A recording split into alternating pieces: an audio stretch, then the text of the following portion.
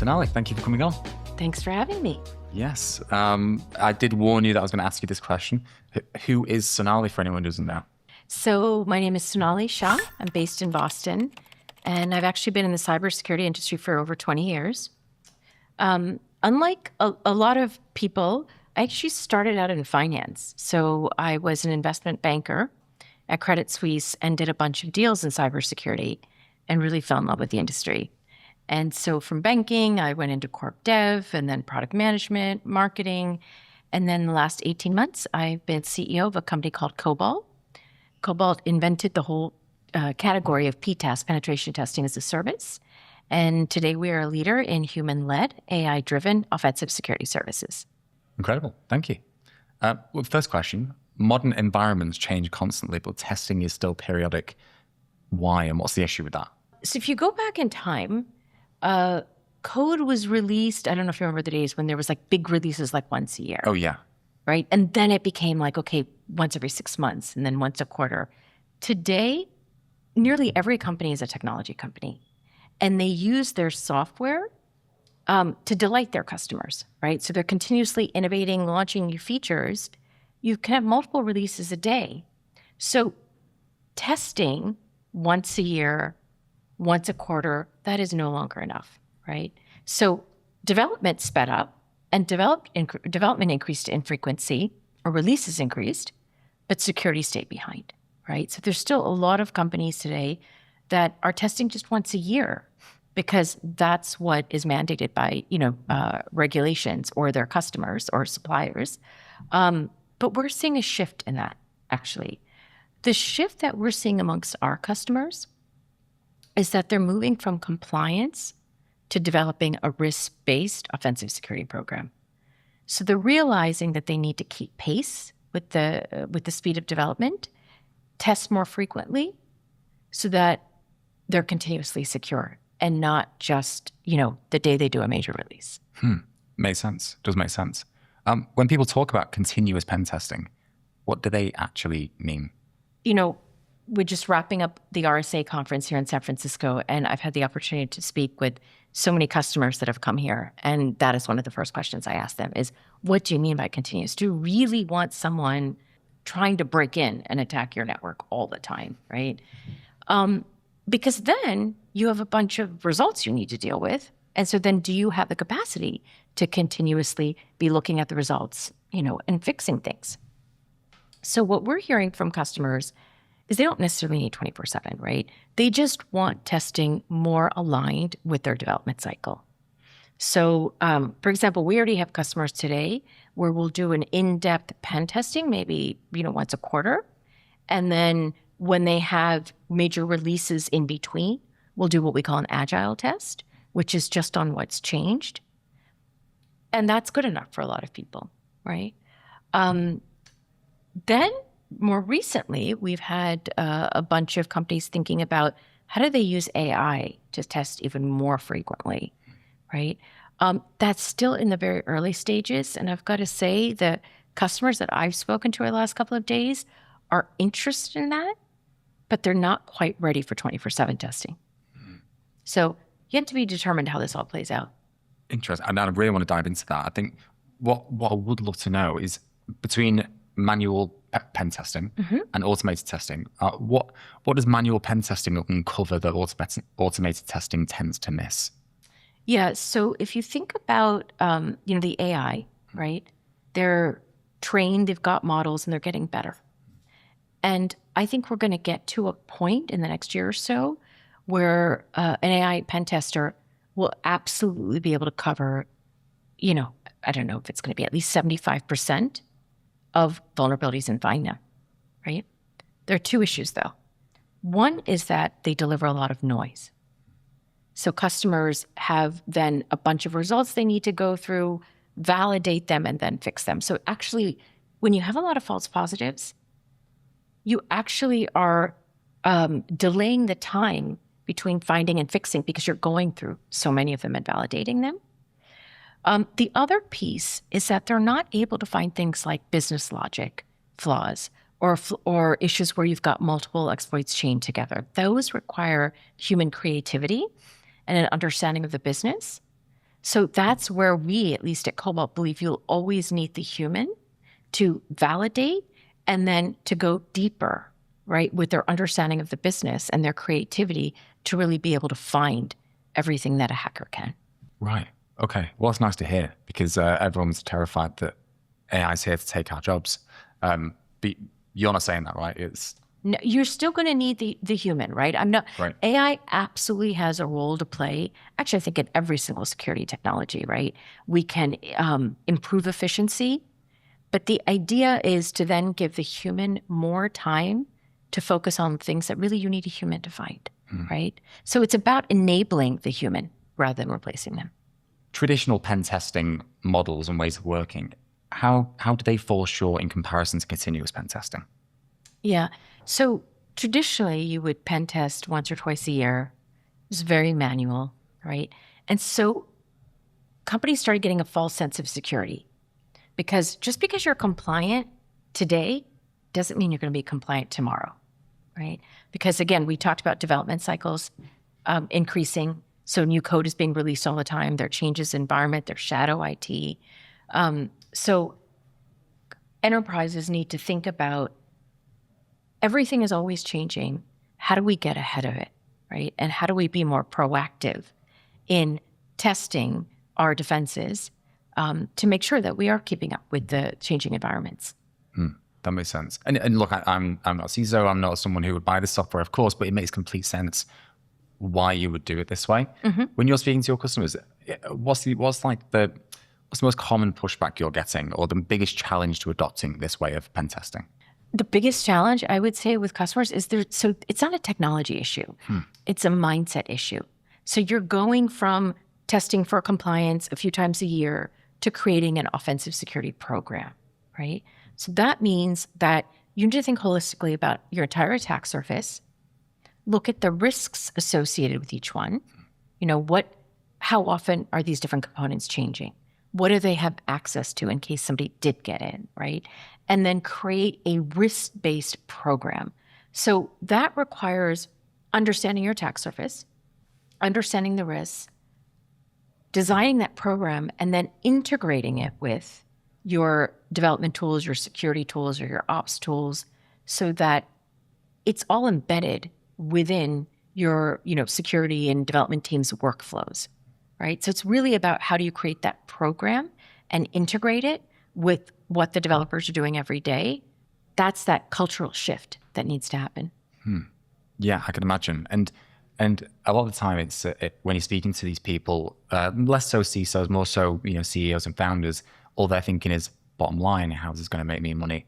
How does your solution help companies make money? I had that conversation a couple of times this week at RSA with customers, right? Because what they told me, actually one in particular said, my board is asking, anytime I do anything, what is, a big investment? What is the ROI, right? Because it's a crazy economic environment right now. No one's sure where the economy is going. And frankly, my board asked me the same thing, right? What is the ROI? And for this particular company, they sell software. And for them, the ROI is that if they're, say, filling out an RFP, right, they can now talk about their security practices. They can talk about the fact that they're proactively testing and making sure that the environment is secure. That gives them a competitive advantage against competitors, right? Now, look, security is not the first thing generally a buyer is going to look at, but if you've got similar options, right, security is definitely one of those things that is going to maybe push the buyer over, especially if it's a regulated industry. Then, of course, I generally start my conversations with customers saying, "How's business going?" Right? It's not what are your security issues in general? How's your business going?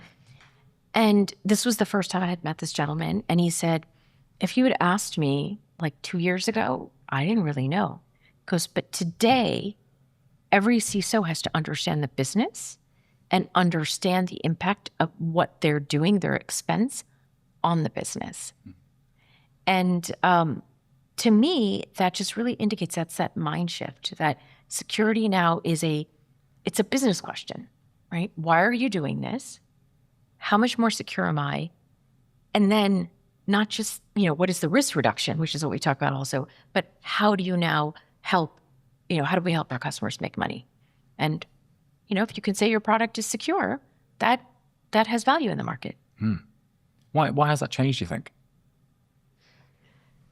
Just look at the news. Look at the news. Every day there's some major breach, some major attack. And the other thing is that the attack surface is growing, right? Now it's your software that's got an increasing attack surface. It's your humans, and it's going to be your agents now too. So attack surface is growing. Hackers are getting smarter. They only need to be right once, right? Whereas the enterprise needs to be right and protect themselves 100% of the time. So I think it's just all around us, and people are just so aware of the impact on a brand and on the bottom line if you're breached, right? So I think that's really creating this change, and the conversation is so much more about the business impact. Yeah, and trust, right? Trust goes hand in hand with that. Yeah. Are you having conversations, or have you had conversations during RSA with businesses about how a breach can really affect trust and the bottom line at the end of the day? Absolutely. Absolutely. And so actually the way we're helping our customers is that if we're running an offensive security program for them, we have a ton of data on how they're doing. I have one customer in particular, one CISO. She wants to see by business unit who's getting better over time, right? And then that's how you're showing the value of the spend. So we work closely with our customers to make sure that in our platform, they can pull out the right data to say, all right, I'm testing more continuously. The result is we're releasing more secure code. Or we're releasing code faster because we're finding less vulnerabilities. So we don't need to wait, fix them, and then release. That's interesting. What are the kind of measurements and metrics people looking at when they're looking at the effectiveness of this platform? Yeah. So there's a couple of things. One is number of vulnerabilities found, and then the other one is like severity. But the most important one, I would say, is time to fix, right? The remediation time. So if you're able to quickly find something, have it be validated, right? So if you're getting validated findings with actionable information on how to fix it, your risk window shortens, right? So I don't think it's realistic to say, okay, we're not going to release any vulnerabilities. It's going to happen. Let's just find it and fix it quickly. Right. So just accepting it, it's a part of life. Yeah, hopefully there's less of it over time and your developers get better. But finding it and fixing as fast as you can. AI. I was always going to ask you about it and talk about it. How is AI changing the approach to pen testing now? I know you said that it's definitely going to augment it. Is it changing the approach to pen testing and how people think about pen testing? I think it's allowing us to think about doing it much more frequently, right? Because when it's automated, the idea is that, one of the reasons why pen testing was only done once or twice a year is it's very manual, time-consuming, expensive. What Cobalt did when we started about 10 years ago is we added automation to it. So we made pen testing, we created this category, penetration testing as a service. Combining automation and humans, we were able to make pen testing faster, more scalable, while also keeping quality. Now you think about AI, that helps increasing the speed, right? And you can also lower the costs because it's really the humans, the experts that cost more, right? I think we're still trying to figure out how much these AI pen testers cost. Like we are developing our own. To really run these and to get great results, sometimes it can be quite expensive from a token cost perspective. Sure. So I think as an industry, we're still figuring that out. But they're really, if I look overall in security, I think there are two key things we need to think about with AI. One is protecting against AI attacks, right? And then the other one is securing the AI that we're using in our businesses. Right? So about 2 years ago, we launched a service to do pen testing on LLMs and AI to see, to make sure that they were secure before being released. That business is completely picked up because almost everyone now these days, doing a business application, it's pulling back on, some data or an LLM somewhere, a chatbot, for example. So that we're really seeing increasing. So it's, it's two things, right? We can use AI to test and secure assets, but we also have AI that is increasing the attack surface because you do have now all these agents out there. You're able to release code more quickly.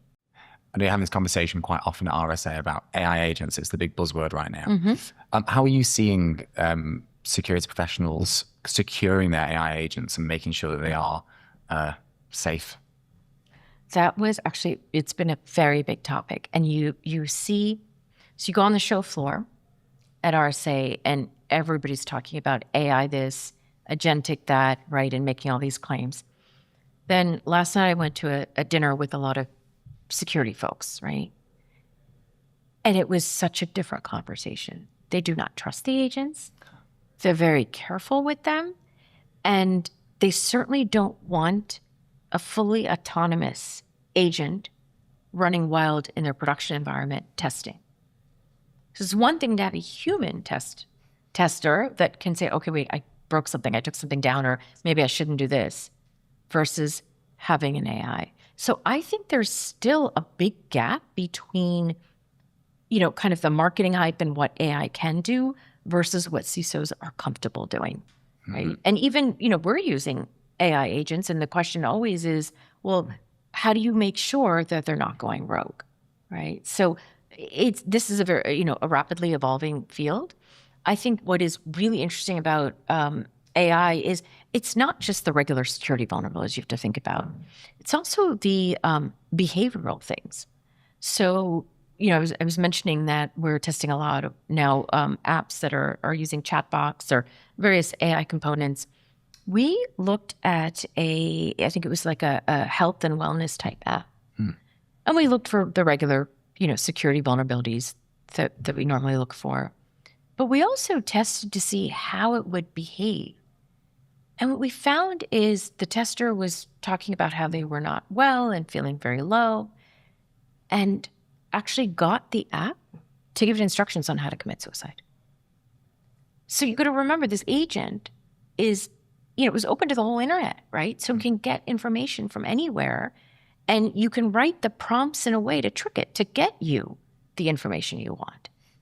And so that's, obviously this was a health and wellness app, and they weren't going to release it with that, right? So it's putting the guardrails in place that we're still trying to figure out as an industry how to do that. Hence, a lot of CISOs, particularly in regulated industries, are very careful about, use of agents and what are the, guardrails around it. Does it frustrate you walking around the show floor at the Moscone Center and seeing all these companies claiming like pen testing, fully automated, you don't need a human? How does that make you feel? Look, part of RSA is all about marketing, and that's, the hype, and it's the way it's always been. I personally don't like it because I think that we have a responsibility to our customers, right? And I think, we're an established company. We've been around for a decade. We've got 1,600 customers. So my customers expect a certain quality. I think when you're a smaller company, you've raised a bunch of money, you can create that buzz. That's fine, right? But the reality is customers are going to quickly figure out what's real and what's not. These are smart people. But I do worry that with all this marketing spend, we're doing a disservice to the industry because we're setting expectations on what can and cannot be done that may not be entirely truthful. That is one thing I wish I could change about this industry is less hype. Less hype. Love Yeah. that. Any companies listening to this thinking like continuous pen testing is the way forward, I need to adopt this. What does a company need to like operationally so that they're ready for this? Again, I would say it's cultural, not technical. Okay. Right? So it's first getting buy-in. So when you're doing continuous pen testing, right, you've got to have security bought in as well as development teams, right? Because there's no point doing testing and then having these results just sit there. So it's buy-in from everyone that this is important, and we will, we will spend the time to fix the things we find before releasing, or if it's after releasing, quickly getting to it, so you're reducing risk.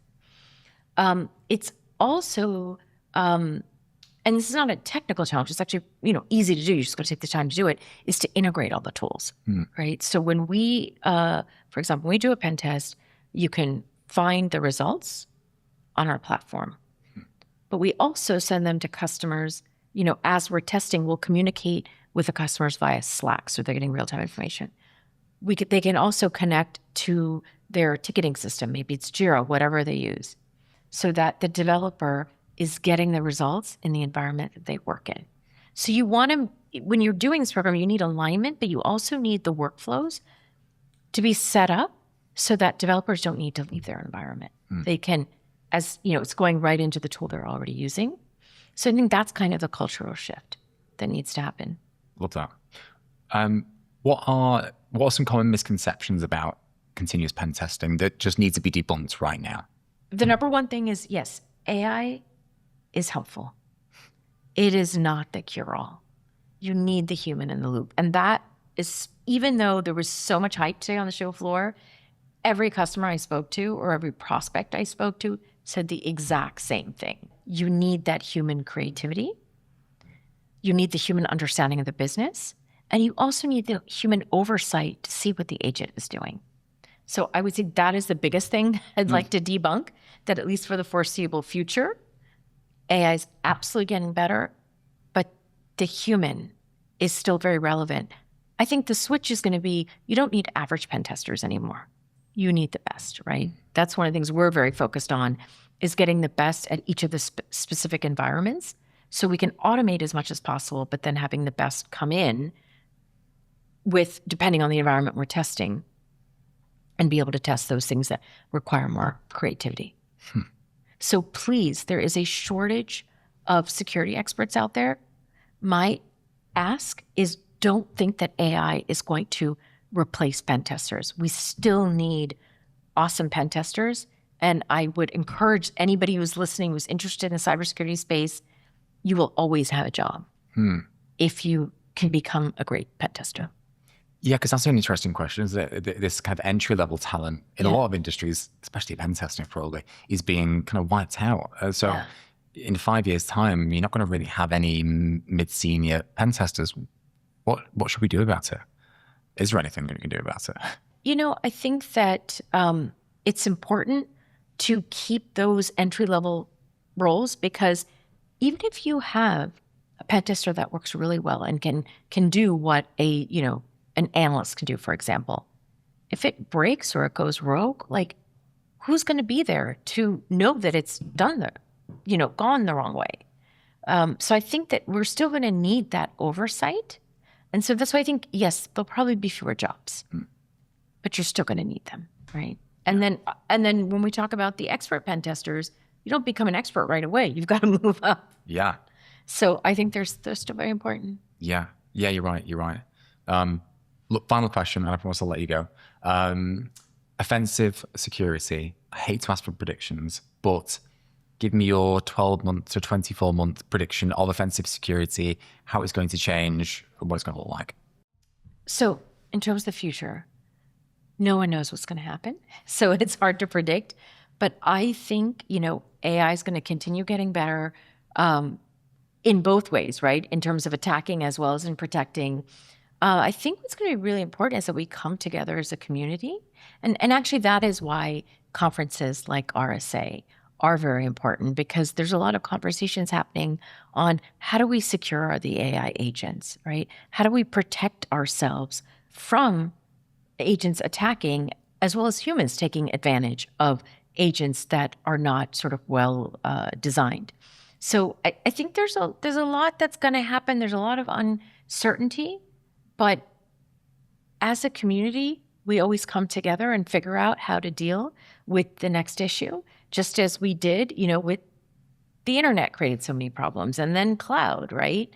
AI is the next one, and I'm hopeful that we will figure out the right sort of balance with using AI, and we'll figure this out together. Thank you.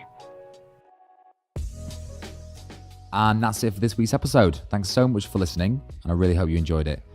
Anything we talked about will be linked in the show notes, and if you haven't already, don't forget to subscribe wherever you listen to your podcasts, and we'll catch you on the next one.